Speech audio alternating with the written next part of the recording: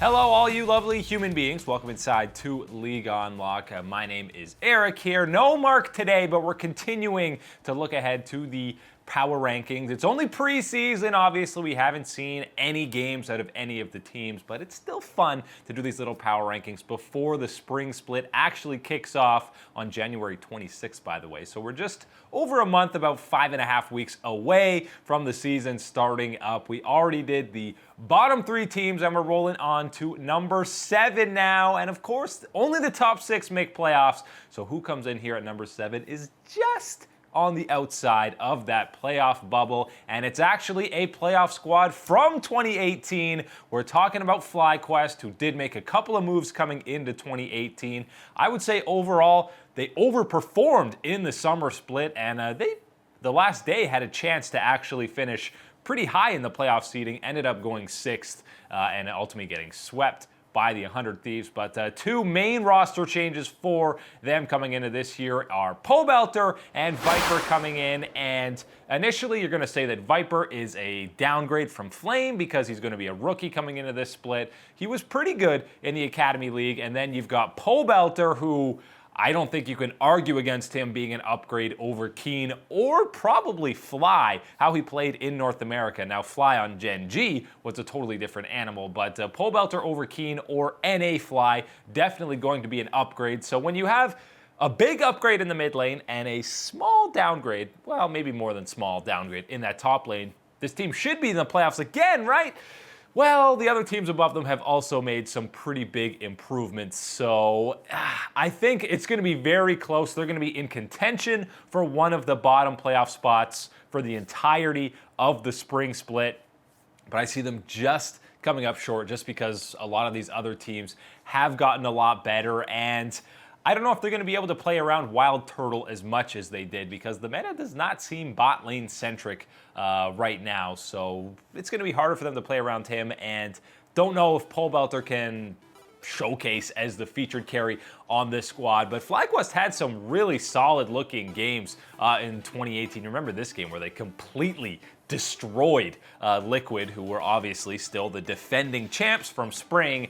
And I mean, they had pretty high expectations. It was still early on. They were the base race kings of 2018.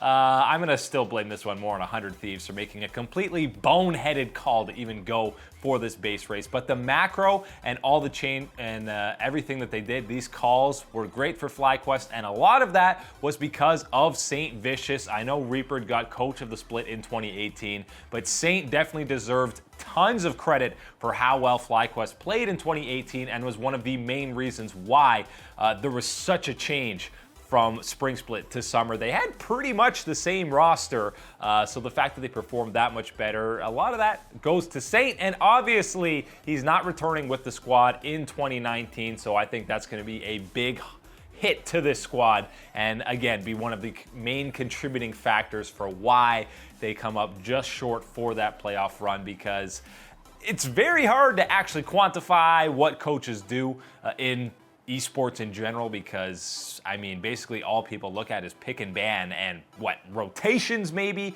but pick and ban is the main thing. We have no idea how much effect or how much influence they're actually having behind the scenes. I'm going to assume Saint had a lot just because of how much the team changed from spring to summer. So I expect a bit of a drop off overall in the team atmosphere.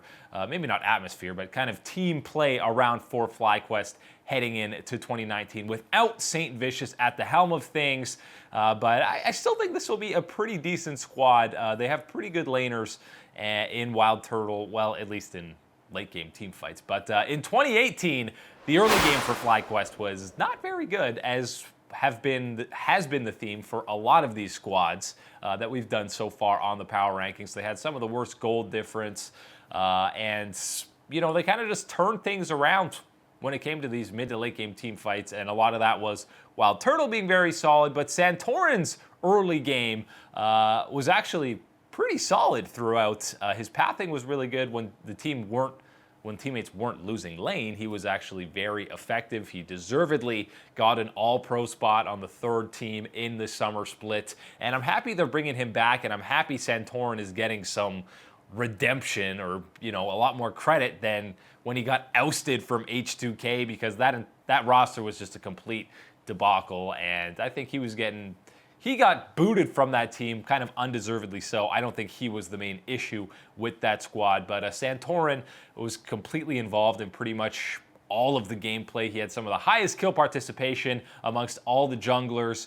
They were playing through him quite a bit. Obviously, Flame will probably be a more consistent laner than the likes of Viper, because he likes to play a lot of these carries. Flame was just a rock in the top lane, but Pobelter should be a more consistent laner for the likes of FlyQuest, more so than Keen or Fly. So, there's a couple of trade-offs with this new roster, but I think the player to look out for here and will have the biggest impact on how well this team does is Viper in that top lane. In his rookie split in the LCS, he's got some big shoes to fill in the likes of Flame, and his play style is definitely a little different. I think he's going to have a lot more resources, or demand a lot more resources in that top lane. He loves to play carries, used to be a Riven one trick in solo queue, and he still played over 10 games of that champion in 2018, which is way more than anyone else in North America played, and probably any of the other regions. 10 plus double-digit games on Riven, but he loves playing those carry champions. He played a lot of Kennen, obviously Aatrox when he was completely broken. He played a few games of Ornn,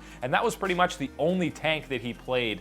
So however well Viper performs in his debut split in the LCS is going to have a huge impact on how well FlyQuest can actually do, because if he can kind of be another big lane for Santorin to play around and get ahead, along with Wild Turtle in that bottom lane, and then you have Pobelter doing P.O.B things in that mid lane, then you definitely have a lot of different win conditions and play styles that you can go around for FlyQuest. So however well Viper performs is how far FlyQuest is going to go, and if he actually shows up in a big way on not just carries, but tanks as well, then maybe he's enough to help push FlyQuest over that hurdle and into the playoff push. Well, they'll already be in the playoff push, but actually lock up a playoff position for them.